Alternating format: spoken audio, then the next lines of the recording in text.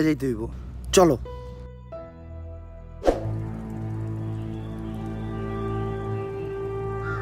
Agent, তুমি এগুলা কি করতেছো? আমার কাছে কিছু অ্যাক্সেসরিজ আছিল, ওগুলা দিয়া কিছু হ্যান্ডমেড বন্দুক বানাইতাছি, কারণ জম্বিগুলোকে খালি হাতে বাইরে ওঠা সম্ভব না।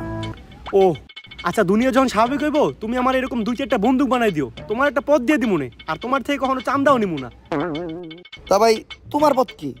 সহসভাপতি পদপ্রার্থীর ডাইনাত। সামসা। এই এজেন্ট টম ক্রুজ, তুই চামচা কারে কইলি? খালি নেতা বাইসে নেই দেখা, নাহলে আজকে ছোটখাটো একটা পদ আমারও থাকতো।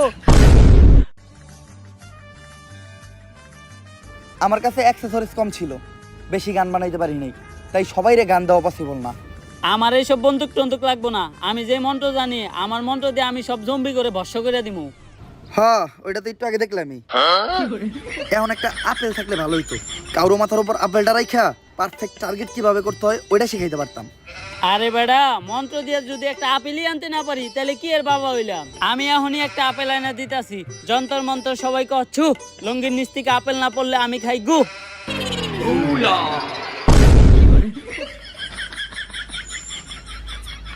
অনুপ্রেরণার আরেক নাম ভণ্ড বাবা। এই আপেলটা না ধুয়াই তোমরা সবাই খাবা, খাইতে গিয়ে যদি গলায় আটকাই তাইলে পানি চাপা। আর এরকম উল্টাপাল্টা শায়রি যদি তুমি আবার বলো তাহলে তোমার পুটকিতে লাত্তি খাবা। কিন্তু বাবা, আপেল ইমন পচাকে।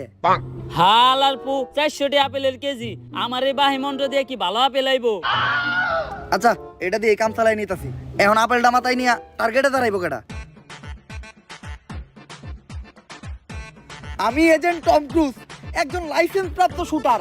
তোরা আমার এইটুকু বিশ্বাস করলি না? বস, আমি আপনারা বিশ্বাস করি। আপেল লাগবো না, আপনি আমার মাথায় গুলি করেন। তুই আমারে এত বিশ্বাস করস? এত বিশ্বাস তো আমার নানিও আমারে কখনো করে নাই। বস, আমি এইটা বিশ্বাস করি, বন্দুক যেহেতু আপনি বানাইছেন, এই বন্দুক দিয়ে গুলি বেরোবো না। দেখ,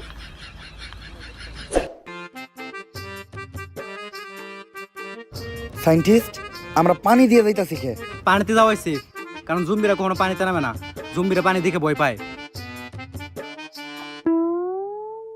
জম্বিদের থেকে পালাতে পালাতে হয়ে গেছে আমি ক্লান্ত, হাঁটতে পারছি না আর, তাই এখন আমার একটু পানি খাওয়া দরকার।